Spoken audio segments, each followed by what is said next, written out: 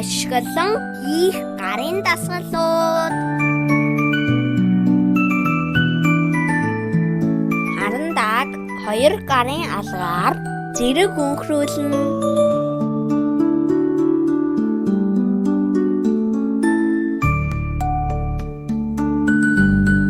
Харандааг 2 гарын алгаар урагш арагш ээлжлэн өнхрүүлнэ.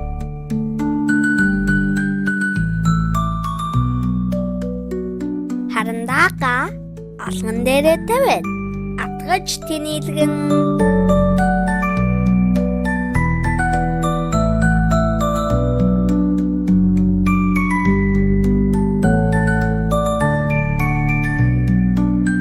Харандааг эрхийн хуруугаар авчин барьж алгаа атгаж тэнэлгэн.